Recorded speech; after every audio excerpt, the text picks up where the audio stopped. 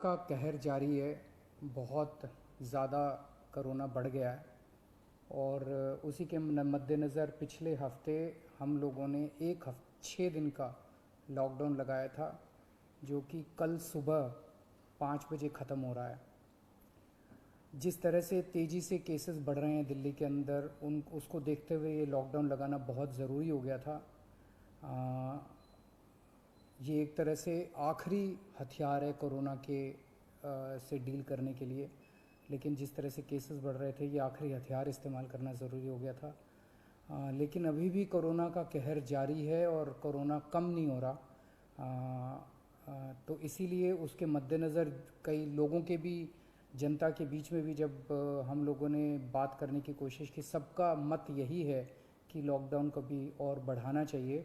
तो लॉकडाउन को दिल्ली के अंदर 1 हफ्ते के लिए और बढ़ाया जा रहा है, अगले सोमवार को सुबह 5 बजे तक के लिए। इस दौरान हमने देखा, लॉकडाउन के दौरान, की संक्रमण दर, पॉजिटिविटी रेट जिसको कहते हैं, ये लगभग 36-37% तक पहुंच गई। आज तक इतनी संक्रमण दर हमने दिल्ली में तो नहीं देखी, बाकी दुनिया भर में हो सकता हुई हो कहीं पे, लेकिन 36-37% तक संक्रमण दर पहुंच गई। पिछले 1-2 दिन से थोड़ी सी कम हुई है, आज 30 के नीचे आई है, 29 पॉइंट कुछ आई है। मैं ये नहीं कह रहा कि कोरोना ख़त्म होने की दिशा में जा रहा है, लेकिन ये अभी तथ्य हैं, अभी और कुछ दिन देखना पड़ेगा। हो सकता है बढ़ जाए, हो सकता है कम हो, लेकिन हम भगवान से प्रार्थना करते हैं कि कोरोना से हम लोगों को मुक्ति मिले। पिछले कुछ दिनों से हम देख रहे हैं कि दिल्ली में ऑक्सीजन की काफ़ी ज़्यादा समस्या हो रही है। दिल्ली में ऑक्सीजन की काफ़ी कमी महसूस हो रही है। हमने, हाँ, दिल्ली की इस वक्त ज़रूरत 700 टन की है और हमें केंद्र सरकार से 480 टन अलॉट हुई है। कल 10 टन और अलॉट किया केंद्र सरकार ने, 490 टन अब दिल्ली को अलॉट हुई है। लेकिन ये पूरी अलॉटमेंट भी अभी दिल्ली में नहीं आ रही है, इसका भी काफ़ी कम, एक तरह से कल 330-335 तक ही दिल्ली पहुंची है।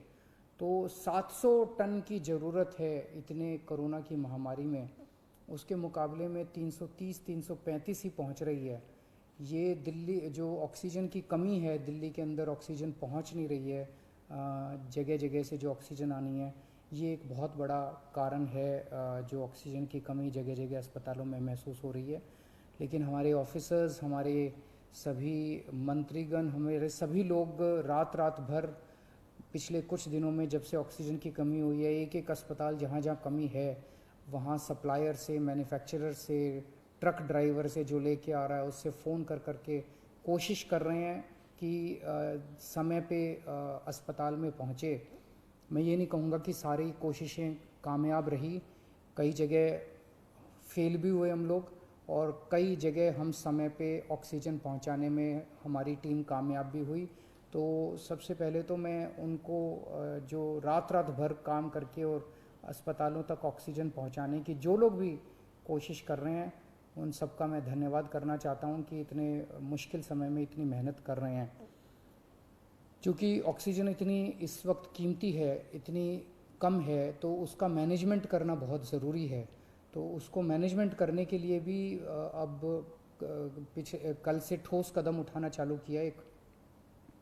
हमने एक वो पोर्टल टाइप बनाया है और ऑर्डर जारी कर दिए गए हैं, जिसमें हर 2-2 घंटे में मैन्युफैक्चरर से लेके और अस्पताल तक, एंड यूज़र तक, हर एक को 2-2 घंटे के अंदर अपनी ऑक्सीजन की पोजीशन बतानी पड़ेगी। कि मैन्युफैक्चरर को बताना पड़ेगा कि पिछले 2 घंटे के अंदर कितने ट्रक उसके निकले, सप्लायर को बताना पड़ेगा कि कितने ट्रक उसके दिल्ली के अंदर, दिल्ली की तरफ जा रहे हैं, अस्पतालों को बताना पड़ेगा कि पिछले 2 घंटे में कितनी इस्तेमाल हो गई, कितने घंटे की और बच गई। ये सारी चीज़ें ताकि दिल्ली सरकार को पता रहे कि कहाँ कमी आने वाली है।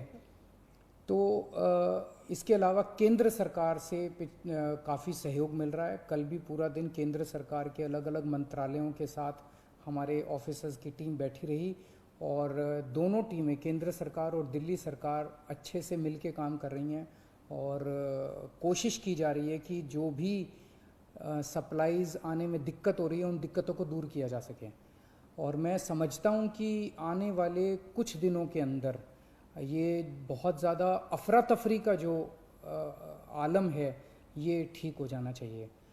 कल हम पूरी कोशिश कर रहे हैं कि जहाँ से भी, और केंद्र सरकार से तो मदद मिल रही है, और भी जहाँ से भी हम लोगों को ऑक्सीजन मिल सके, ऑक्सीजन के टैंकर मिल सके, पूरे देश से, दुनिया भर से हम पूरी कोशिश कर रहे हैं। कल देश के सभी मुख्यमंत्रियों को मैंने चिट्ठी लिखी है कि अगर आपके यहाँ, आपके राज्य में, गवर्नमेंट में या किसी कंपनी में कोई ऑक्सीजन की पॉसिबिलिटी हो तो हमें ऑक्सीजन मुहैया कराइए, ऑक्सीजन टैंकर मुहैया कराइए। कुछ एक राज्यों के साथ बातचीत भी शुरू हुई है।